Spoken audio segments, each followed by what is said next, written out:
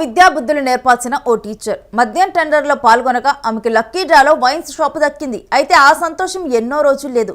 విద్యాశాఖ అధికారులకు షాకింగ్ నిర్ణయం తీసుకొని ఆ టీచర్కు జలక్కిచ్చారు.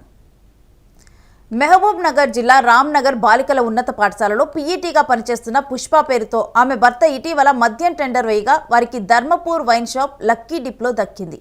16వ నెంబర్ షాపునకు 3 లక్షలతో టెండర్ వేశారు. ఇందుకు సంబంధించి పుష్ప అధికారుల సమక్షంలో సంతకం చేసి తదనంతర ప్రక్రియను సైతం పూర్తి చేశారు. అక్టోబర్ 28న వైన్ షాప్ కోసం ఫస్ట్ ఇన్స్టాల్మెంట్కు సంబంధించి 11 లక్షల లైసెన్స్ ఫీజును చెల్లించింది.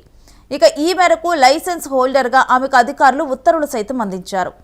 అయితే ప్రభుత్వ ఉద్యోగులు ఉపాధ్యాయులు మద్యం టెండర్లు దక్కించుకోవడానికి అర్హులు కాదని నిబంధనల్లో ఉండటంతో ఓ వ్యక్తి టెండర్లు ఖరారు రోజునే అధికారులకు ఫిర్యాదు చేశాడు.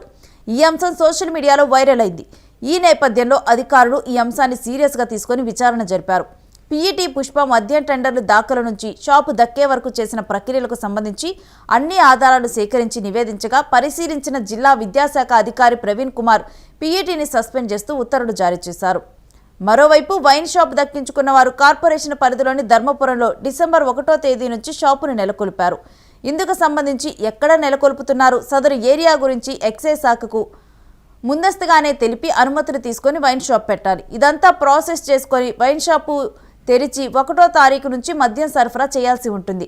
అయితే నిబంధనలకు విరుద్ధంగా టెండర్ వేసి లక్కీ డిప్లో దక్కించుకున్న పీఈటీ వైన్ షాప్ను సస్పెండ్ అయి కూడా రద్దు చేసుకోకపోవడంతో కూడా ఇక మళ్ళీ చర్చనీయాంశంగా మారింది. ఒకవేళ రద్దు చేసుకోకపోతే సస్పెన్షన్ పీరియడ్లో వస్తున్న సగం జీతం కూడా ఇవ్వరు. టెండర్ దక్కించుకున్న దరఖాస్తుదారులు ఎట్టి పరిస్థితుల్లోనూ లైసెన్సు ఇతరుల పేర్లపై మార్చడానికి వీల్లేదని ఎక్సైజ్ పాలసీ చెబుతున్నది. ఒకవేళ సస్పెండ్ అయి కూడా వైన్ షాపు నిర్వహిస్తే సిసిఎస్ సర్వీస్ రూల్ ప్రకారం ఉద్యోగం నుంచి డిస్మిస్ చేసే అవకాశాలు లేకపోలేదని విద్యాశాఖ వర్గాలు చెబుతున్నాయి. మరి దుకాణం రద్దు చేసుకుంటారా లేక ఉద్యోగానికి గుడ్ బై చెబుతారా అనేది ఉత్కంఠగా మారింది.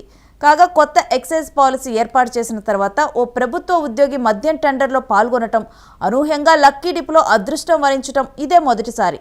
మొత్తం పైన ఉమ్మడి జిల్లాలో ప్రభుత్వ పీఈటీ టాపిక్ ఉపాధ్యాయ వర్గాల్లో చర్చనీయాంశంగా మారింది.